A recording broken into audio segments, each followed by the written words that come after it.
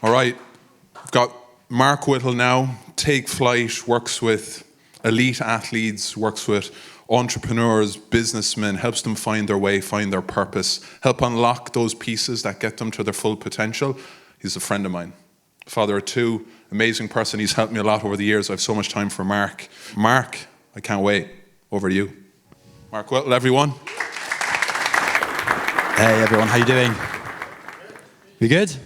We alive? It's a bit dark in here, isn't it? Can I invite you all to stand up, please? We've been here for a little while, so I just want to invite you to do some breath work. We'll do 3 breaths in. And out. Don't be afraid to make a noise. Energized? Come on, jump. I'm not going to Tony Robbins you, but that's niche for personal development if people know who Tony Robbins is. Before I start, thank you, David, so much for the opportunity to speak. It's an absolute privilege. I worked with David a couple of years ago and supported him to kind of bring him some direction. He's got so many skills and traits and amazing things about him, and he's doing all these projects. And some of the work we did together led to the business he's working on now. So you could kind of say that it's thanks to me that we're all here today. It's a genuine privilege to be here. Thank you. And what a place. I know what it takes to create moments like this. The book writing and anything like that is about the becoming. It's about who we become on the journey to that. But today is about celebrating. So a big round of applause for David. Okay. So yes, my name is Mark Whittle. I'm the founder of Take Flight. I've left that there as long as possible because that's brand new branding as of last week. So really trying to make the most of that investment. This is me. I'm the founder of Take Flight. I'm a master life and performance coach. So I'm a life coach first and foremost. I help professional athletes, people in the public eye, people who have lots of scrutiny and judgment on a regular basis, but also trying to achieve the best in life, realizing all they're actually capable of, and supporting them navigate that journey, because it's a tricky one, right? Hands up who is on that journey in the room. Hands up who's trying to see everything they're capable of, who's moving closer towards realizing who they can actually be. Hands up. Everyone. Amazing. Right? It's tricky. Would we agree? It's challenging at times. There's really positive moments and there's lows, and it's difficult. So it is my purpose to support people who are on that journey. I'm a speaker, get to speak at events like this. I work with teams as well as one-to-one. So a lot of the professional athletes are one-to-one, and then also workshops with elite sports teams and doing the same work, same teachings, but working more on the collective purpose and collective capability. So today we're going to be talking about fear, a topic which is widely known but widely misunderstood. And we haven't got loads of time, but I'm going to try to distill everything I know about fear to help you to, number one, understand it, define it for yourself, but also to acknowledge and become aware of any fear that currently lives inside of you today. So I used to say I was fearless until I realized that was a defense mechanism. So who is honest enough to raise their hand and say they do experience fear? Okay, cool. We've got a very open audience. Good. Well, I'll just stop then. We good? No, we're going to give some, as well as bringing awareness to it specifically, we're also going to give some tools and techniques about how to move through it as well. So who's open to letting go of any of the fear they do identify today? Who's open to that? I'm going to stop asking you to put your hands up now, I promise. Okay, so we're going to move through it in 3 phases. The first phase is for me to talk with you about the 4 foundational life concepts that exist. In truth, I could spend a morning on each one of these 4, so I'm going to move through them fairly quickly, give you the sort of surface level of each of these things, but simply understanding these things can change your life alone. And I'm going to move through these, and then we're going to understand how fear shows up, and then finally I'm going to give you the tools at the end. So the first is there are 2 worlds of energy. I want you to understand a frame for life, that there are 2 worlds of energy that exist. There is the internal world of energy, the inner world, which is who we know ourselves to be, who we know we are. Our purpose, our values, some of the words that have been thrown about today, our skills, the things we're good at, the things we're bad at, who we know we are. No matter how much we've lost connection with that, we'll always have some knowing and inner knowing and intelligence about who we are. That's the internal world. Then there's the external, the outside world. And that's the flashing lights, the distractions, all the noise, the labels, media, social media. So I want you to wake up every single morning and decide consciously which world of energy you're going to tune into. Because we have a choice. Most of the world is playing the game of listening to the external unconsciously. And our behaviors are dictated by opinions from outside of ourselves. Most of us are playing that game. And I want to challenge you to play a different game where we tune into our internal world and take back control. Make sense? Yeah, we all good? Got some nodding heads? And of course, with the two worlds of energy, it's a framing, but there's the intersection in the middle where the two worlds overlap. Now that's what I call the beautiful game. That is how we live. Because we can't just hide and be a hermit. We can't do that. So we have to consciously choose how we're going to show up, how we're going to engage in the world. Okay, so that's concept number one. Just a light concept for you, but really important, and it will continue to show up. And if you really understand this and grasp this, you can observe it all the time, choosing how you interact with the external world. There's a lot of digging and work to be done on understanding your internal, and then when you master this is a lovely quote that I use all the time. Would you rather be at war with yourself and at peace with the world, or at peace with yourself and at war with the world? But when you master this, eventually you can be at peace with both. Concept number two. 2 key predictors of behavior. I'm going to move through this one slightly quicker. The first key predictor is our desire to feel pleasure. We will act and behave in a way that is unconsciously driven towards the things we believe will lead to pleasure, the feelings of pleasure. So everyone must ask themselves now, okay, well, what do I define as pleasure? What do I define as pleasure? What do I define as things that will cause me to feel pleasure or lead to experiences I perceive as being pleasurable? Okay, most of that is in the unconscious. So by asking that, okay, what do I define as pleasurable? You can start to see where you are unconsciously driven in your behaviors. And it will be a key predictor of how you move, how you act. The second one, which outweighs the previous one as a predictor of behavior, is our need to avoid pain. Our need to avoid things we perceive as painful because we don't want to experience it. We don't want to feel the pain. So the second key predictor, which outweighs the first, is that we will be unconsciously driven in our behaviors by the things that we perceive as painful to avoid them. So what do we ask? What's the question that we ask to understand our own behaviors, predict our own behaviors? If we would ask, what do I define as pleasurable, to understand the first one, we ask, okay, well, what do I define as painful? What do I unconsciously define as painful, which is predicting the way I move every single day? What are the things I'm avoiding? The next one, there's 2 major blocks in stopping us reaching our unlimited potential. Now, a moment ago, I asked who is on that journey to seeing what they're capable of, and every single one of us put our hands up. So this is a really important thing to understand for all of you, if you want to continue doing that. Who could hazard a guess at the first major block, which is stopping us reach our full potential? Health? Cool. It's fatigue, energy, resource, lack of output, ability to do the thing. Okay, so fear stops us. It's a major block. And fatigue, energy. Okay, and the last concept, as we funnel down, we're going to park fatigue. We're going to park fatigue and we're going to funnel into fear. The 2 types of fear. Number 1, primal fear. Primal fear. That's our innate, inbuilt fear, animalistic. That's what the one all of us have in common as human beings, as the animal, the species of human being. Primal fear. Right, I usually give the example of when you're camping and it's the middle of the night and you want to go and use the bathroom, you unzip the tent, go outside, pitch black, you hear a rustle in the bush.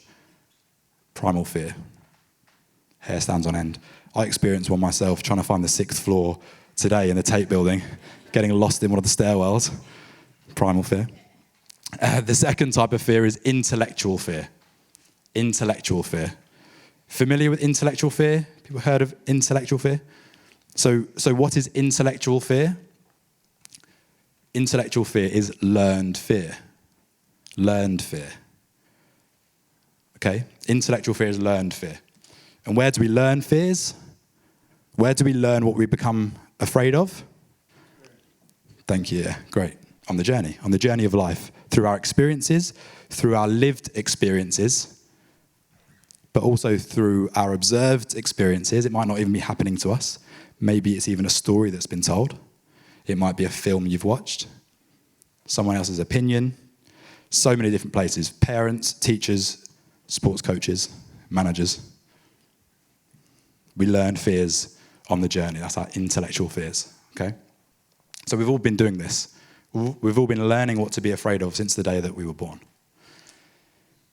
One of my favorite quotes, it's not what happens to you, it's what happens inside of you as a result of what happens to you. So what do I mean by that? It's not what happens to you, it's what happens inside of you. It's about how we internalize the event.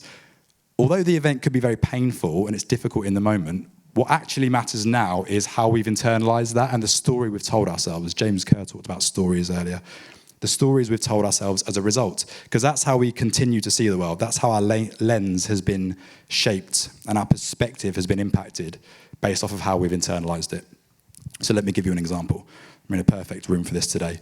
So there's 2 football teams playing at the weekend, red and white teams. It's a neutral example, although I'm an Arsenal fan, and the white team isn't Tottenham. Red and a white team. Of course, the red team wins 1-0. That's the same for everyone around the world. Everyone can check Google and they can see the result, black and white, same thing for everyone, right? Is that fair? Yeah? Fair? Yet there's one set of fans, the red fans think it's a great thing, and the white fans think it's a bad thing. So who's right? Who's right in that situation? Both. Both. Thank you.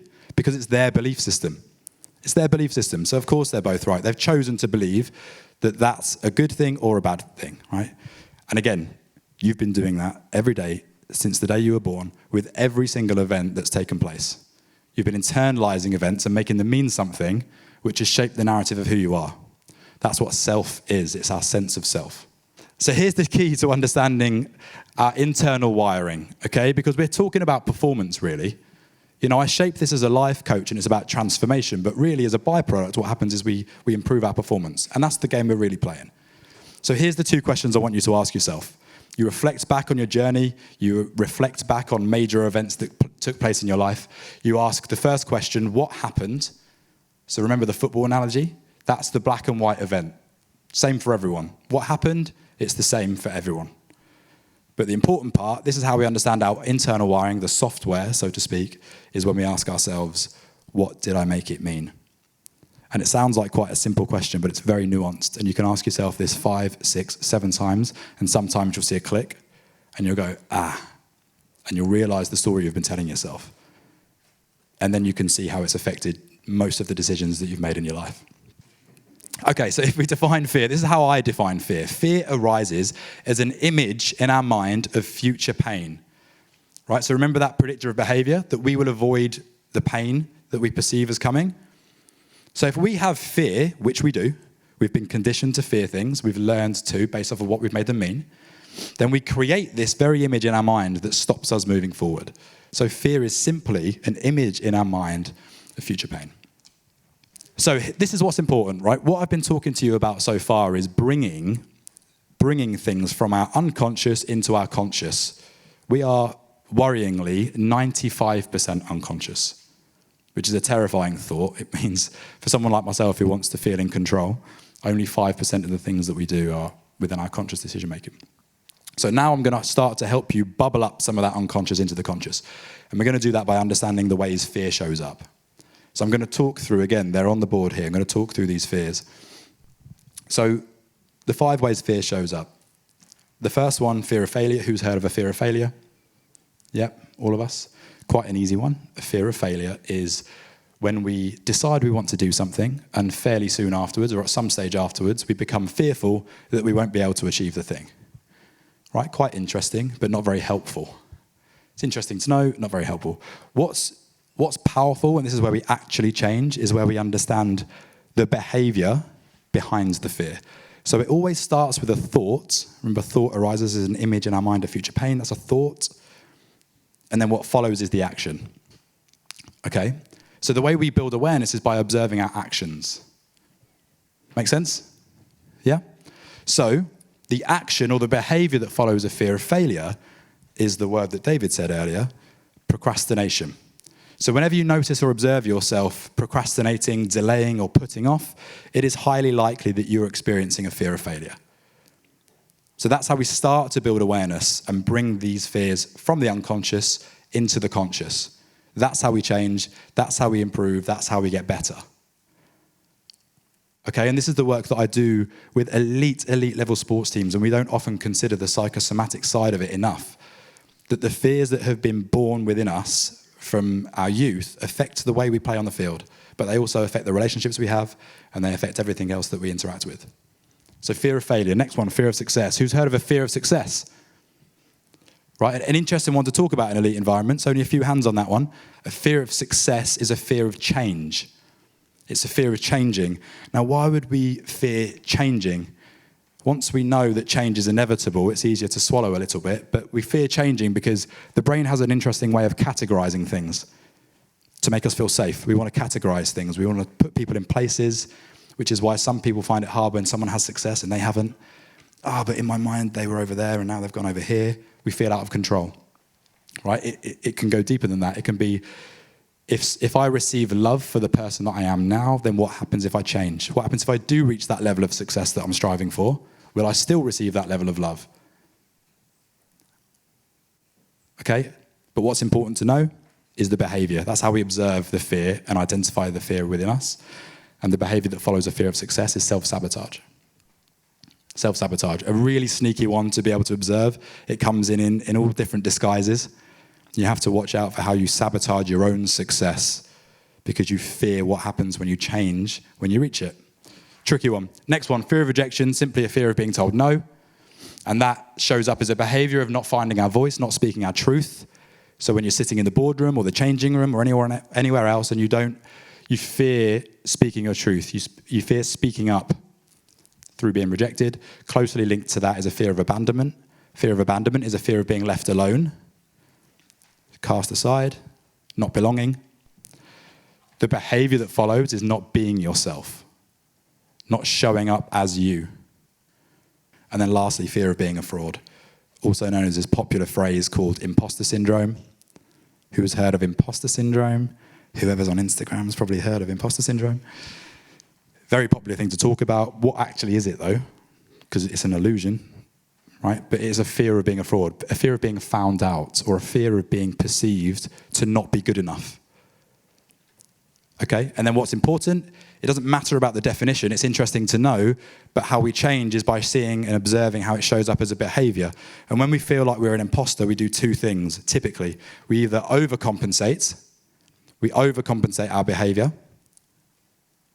They don't think I'm good enough, or I'm not going to be good enough, so I'm going to overstretch and overcompensate. This fake it till you make it mentality. But it's inauthentic. Or we undercompensate. We don't shine our lights.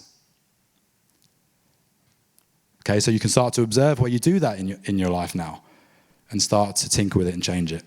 And here is the ways that we're going to start changing that. Before I do, let me ask now, I know you were very honest at the beginning already, but who has experienced at least one of those fears?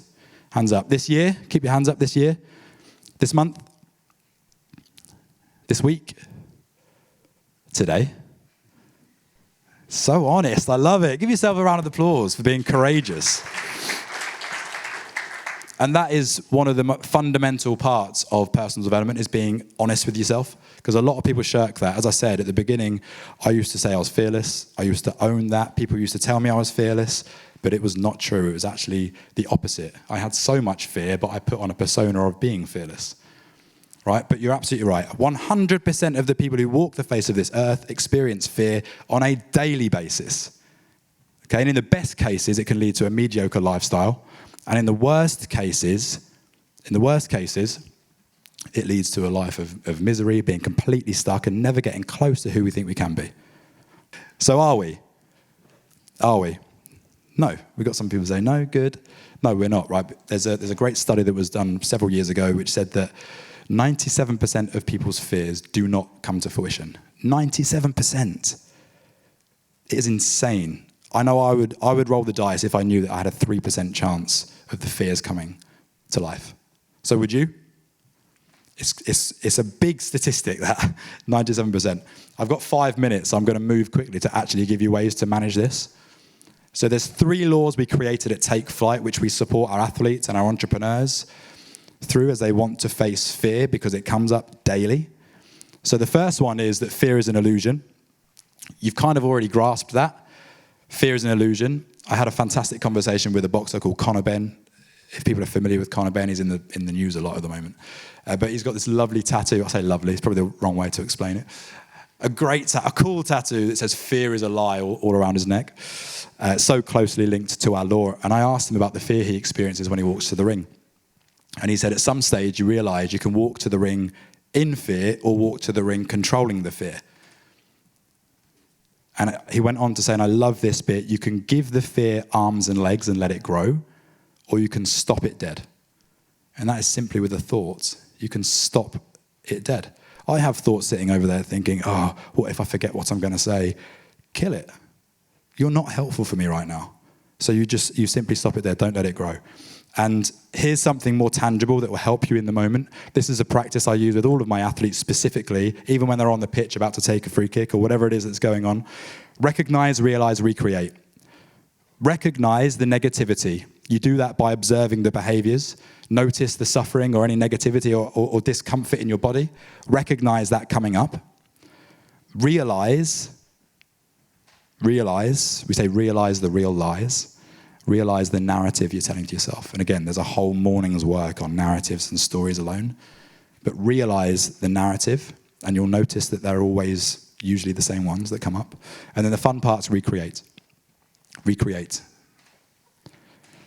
And then there's a fourth R, which is remember, because we tend to fall into the same patterns over and over again. Plato said, when I'm tired, I fall into patterns I conquered long ago. It's so true. As David said, I've got a 4-year-old and a 1-year-old. I find myself in that hamster wheel every now and then. So what is the future pain that your fear is telling you to avoid? Is a question I'd recommend everyone asking. Starts to uncover some of the narratives that you might be trapped in. Next one, all growth is on the other side of fear. I'm going to move through these quickly. A lovely diagram here that shows our comfort zone, which is where we live most of the time. We move further away from our comfort zone to the edge where we experience fear in one of the 5 ways it shows up. And on the other side of that is always growth. Fear is letting you know you've reached the edge of your comfort zone. That is simply what's happening. We have to remind ourselves this, though, because the fear feels very real in the moment. So we have to remind ourselves of this all the time. And the tangible for this is all about building evidence. So you have to build evidence to this fact. I've done this so many times now that I am friends with uncertainty. I actually love uncertainty. It's slightly dangerous sometimes, but simply fear is showing you the edge of your comfort zone. And that's our journey of growth. It's how we move to new levels, right? This is one of my favorite quotes as well. Yesterday's ceilings become today's floors. That is our journey of elevation. We move to a new level, and then we have to acclimatize. And at that level, there is more stimulus that we haven't been exposed to before. There's more to take in. It's harder. Fear is very present, which is why it's important that we have all these tools. What would you do if you weren't afraid? What would you do if you weren't afraid? What a beautiful question to ask. If fear wasn't present, well, what would I do? We'll do that then. Finally, when you face your deepest fear, you truly become yourself. There's a story that comes with this, but I've run out of time, sadly. Let me just leave you with the question. What is the thing you are most afraid of others knowing about you? That's how you find out what your own deepest fear is. I've been on a journey myself, as you can probably tell, that's helped me to learn all these things. I've faced all of the things I was afraid of for most of my life, the ones I'm aware of, and I will continue to do that. Every single time I do that, it empowers me and makes me feel more free to become a better version of myself. But thank you again so much. I'm around for the rest of the day if you'd like to speak or ask any questions or just meet. It'd be great to connect. Thank you.